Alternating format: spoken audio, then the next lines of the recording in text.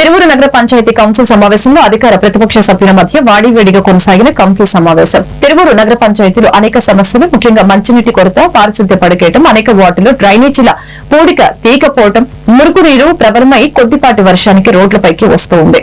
ఈ సమస్య పరిష్కారానికి చెప్తే ఒక్క ఆఫీసర్ కౌన్సిల్ సమావేశానికి రాలేదని ప్రజలు వాపోతూ ఉన్నారు. ఇక్కడ రిక్వైర్మెంట్ ఉందని ఎంపీ గారిని అభ్యర్థిస్తే ఎంపీ గారు దయచేసి